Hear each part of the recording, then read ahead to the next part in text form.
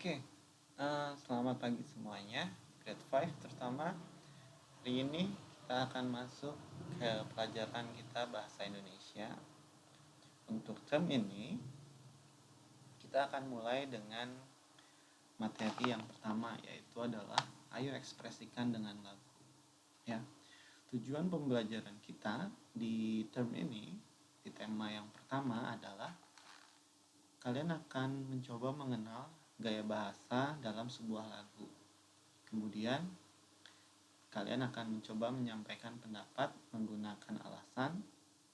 Dan yang ketiga, kalian akan mengidentifikasi penggunaan sebuah gaya bahasa. Kemudian, kalian yang terakhir adalah akan menulis kembali sebuah lagu. Oke, dari tadi kita ngomongin gaya bahasa. Apa sih gaya bahasa itu?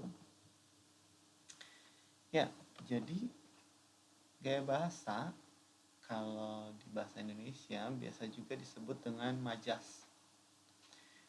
Ini merupakan cara kita menyampaikan pesan dengan cara yang imajinatif atau berupa kiasan.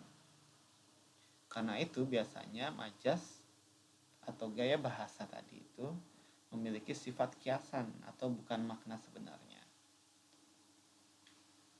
Majas ini sendiri merupakan jenis majas yang cukup sering kita gunakan dalam bahasa Indonesia. Penggunaan macam-macam gaya bahasa ini memiliki tujuan agar si pendengar atau si pembaca dapat merasakan efek emosional dalam suatu kalimat atau sebuah cerita untuk kalimat yang lebih panjang. Dan macam-macam gaya bahasa yang digunakan dalam karya sastra untuk membuat sebuah tulisan akan menjadi semakin menarik. Dengan begitu, pembaca atau pendengar tidak akan bosan dan semakin tertarik untuk membaca suatu cerita. Bisa dikatakan bahwa gaya bahasa atau majas merupakan jiwa dalam suatu karya tulis. Nah, untuk kalian di kelas 5, kita mungkin hanya akan bahas 2 majas. Karena sebenarnya ada berbagai macam jenis majas yang biasa kita gunakan. Secara garis besar, macam-macam gaya bahasa atau majas itu dibagi jadi 4. Yang pertama itu majas perbandingan, majas pertentangan, majas sindiran, dan majas penegasan. Itu akan kalian pelajari di tema-tema kita selanjutnya di kelas 5, dan kita akan ulas kembali jauh lebih dalam nanti tahun depan di kelas 6. Oke. Jadi karena kita udah sempat bahas tuh apa sedikit tentang gaya bahasa atau yang biasa kita sebut dengan majas, jadi bisa disimpulkan kalau gaya bahasa itu adalah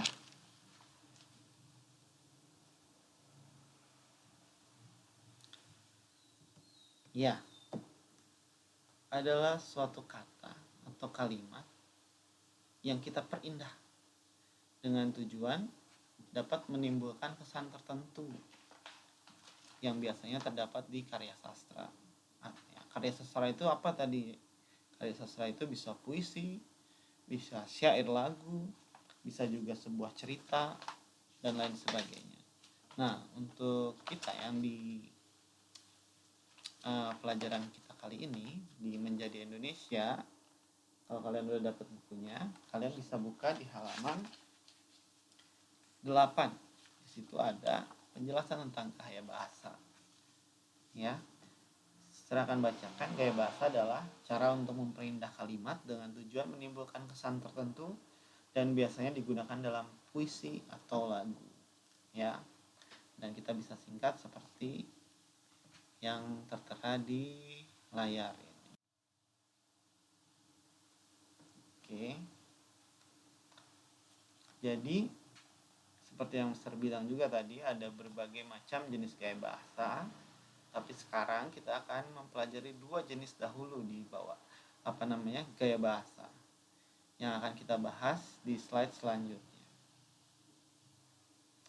slide yang pertama, saya akan kenalkan kalian sama gaya bahasa yang membesar-besarkan atau melebih-lebihkan. Ini biasanya dikenal dengan majas hiperbola, yaitu mengungkapkan sesuatu dengan kesan berlebih-lebihan, bahkan hampir tidak masuk akal. Seperti apa sih contohnya? Contohnya itu seperti ini. Wajahnya benar-benar mengalihkan duniaku. Oke, kamu melihat wajah seseorang yang tampan atau yang cantik sehingga kamu tidak sadar kamu masih ada di dalam kelas. Ya, itu jadi seperti mengalihkan dunia. Seolah-olah kamu udah nggak berada di dalam kelas. Atau yang lebih gampang ya, yang lebih gampang saya kasih contoh salah satu dari kalian. Wilson dapat berlari secepat kilat saat bermain futsal. Karena saya tahu Wilson suka banget main futsal. Saya juga mau kasih contoh lain, misalkan Mark. Suatu saat papanya Mark harus pergi keluar kota untuk meeting bersama klien, dan di rumah nggak ada pembantu, cuma ada Mark sama Mami. Nah, tiba-tiba suatu malam terdengar suara seperti ada langkah kaki di atas atap rumah. Nah, di situ Mami ketakutan. Tapi Mark dengan sigap bilang, "Tenang Mami, ada Mark di sini. Kita lihat apa sih itu yang ribut-ribut seperti derap kaki di atap rumah." Begitu Mark cek, ternyata seekor kucing sedang mengendap-endap mencari seekor tikus. Nah, di situ kita bisa bilang, Mami bisa mungkin nanti bilang ke Mark, "Aduh Mark, kamu adalah malaikat pelindung saya." Jadi seolah-olah Mark menjadi seorang malaikat pelindung bagi maminya Mark.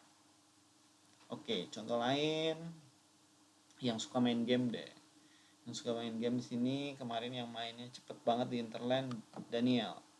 Ya, mungkin karena dia sering main game jadi dia cepet banget kemarin mainnya. Oke, di sini saya kasih contoh. Jadi Daniel memiliki jutaan video game. Nah, karena dia sering main game, jadi dia ngerjain yang kemarin tuh game internet cepet banget.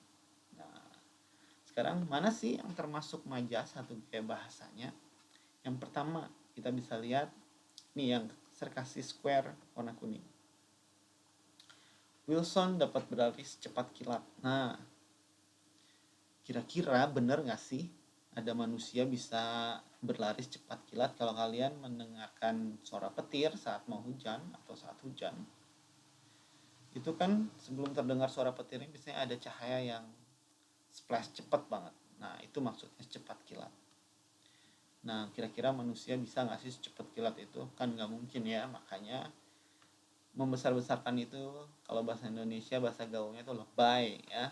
Jadi nggak mungkin sebenarnya seseorang bisa berlari secepat kilat. Tapi karena di sini benar-benar cepat, makanya dibilangnya nggak kata-katanya dibuat menjadi dramatisir, jadi kata-katanya seperti secepat kilat. Lalu yang kedua, kamu adalah malaikat pelindung saya. Kira-kira kata yang mana yang termasuk gaya bahasa membesar-besarkan? Ya, kata malaikat. Ya, sebenarnya malaikat itu kan imajinasi ya. Jadi kita nggak bisa lihat bentuk realnya. Tapi karena tadi Mark itu bisa melindungi Mami, jadi Mami bisa bilang, "Mark, kamu tuh kayak malaikat pelindung Mami." Gitu. Kemudian untuk yang contoh ketiga, Daniel memiliki jutaan video game.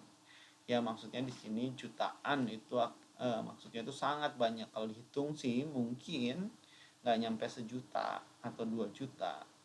mungkin ribuan game, tapi karena saking banyaknya video gamenya Daniel, makanya kita bisa bilang Daniel memiliki jutaan video game. Seperti itu ya. Jadi kita udah belajar sifat gaya bahasa yang pertama, yaitu dengan tujuan membesar-besarkan atau melebih-lebihkan. Oke, lalu kita masuk yang kedua. Contoh yang kedua adalah kita mau pakai gaya bahasa yang mengumpamakan benda mati seolah-olah hidup. Maksudnya gimana sih? Ya, kalau di bahasa Indonesia ini dikenal dengan majas personifikasi. Majas personifikasi itu sebuah gaya bahasa yang menggantikan fungsi benda mati menjadi dapat bersikap layaknya manusia. Jadi unliving things looks like the living things ya. Looks like human gitulah lebih tepatnya. Contohnya kayak apa? Contohnya misalkan malam hari kalian pingin jalan-jalan nih karena nggak bisa tidur. Nah, ada kalimat seperti ini, angin malam telah melarang aku keluar. Nah, mungkin nggak sih angin malam itu ngelarang kalian buat keluar? Enggak kan? Cuman di sini diumpamakan angin malam itu yang dingin banget itu melarang kamu buat keluar. Ya, padahal sih enggak. Padahal mungkin nanti mami kamu yang bilang jangan keluar malam-malam ya, nggak boleh, nggak baik karena anginnya dingin banget. Oke, contoh lain apa lagi sih yang bisa kita lihat dari majas personifikasi atau majas yang mengumpamakan sesuatu sebagai manusia, benda mati seperti manusia. Contohnya burung kutilang bersiul-siul. Sebenarnya burung kutilang itu kan, kalian kalau dengarkan suara burung itu sebenarnya bukan bersiul ya, tapi emang mereka berkomunikasinya dengan cara mengeluarkan bunyi seperti itu ya. Nah, yang bisa bersiul itu kan manusia. Cuman karena siulan manusia itu biasanya dilakukan biar mirip-mirip suara burung, makanya dianggap si burung itu bersiul seperti manusia, whistle ya, seperti manusia. Contoh lain deh, saya kasih lihat biar kalian gak terlalu abstrak. Angin topan, kalian tahu kan? Angin topan itu kenceng banget. Dia mengamuk dan merobohkan rumah. Udah mulai kebayang mengumpamakan benda mati seolah hidup? Belum? Kalau belum, lanjut contoh kedua. Contoh kedua, setiap pagi alarm handphone maksudnya ya, HP itu berteriak membangunkan aku. Nah, udah mulai kebayang belum? Kalau belum, saya kasih contoh yang ketiga. Salju turun menyelimuti seluruh isi kota. Nah, sekarang pasti udah kebayang kan? Oke, kita bahas dari yang contoh pertama deh. Mana sih yang termasuk gaya bahasa yang mengumpamakan benda mati seolah-olah hidup? Ya, yang saya kasih kotak warna kuning ini ya, mengamuk. Mungkin gak sih angin topan ngamuk? Yang biasanya ngamuk itu kan kita ya, manusia. Kalau kita minta PS5 udah ada belum ya? Mami minta PS5 dong. Teman-teman udah pada pakai nih. Nah, karena mami bilang nggak bisa, kamu harus belajar. Kalau dapat ranking 1 baru kamu dibeliin mami PS. Kamunya ngamuk ke mami. Kamunya teriak-teriak ke mami. Nah, biasanya manusia yang bisa ngamuk ya. Jadi angin topan enggak. Tapi karena angin topan ini ngamuk, karena angin topan ini kencang sekali dan bisa ngerobohin rumah, sama kayak manusia yang ngamuk.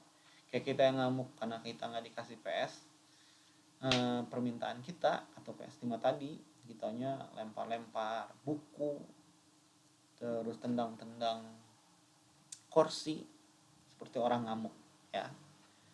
Lalu yang contoh kedua, yang mana sih yang termasuk kata yang menggunakan benda mati seolah hidup?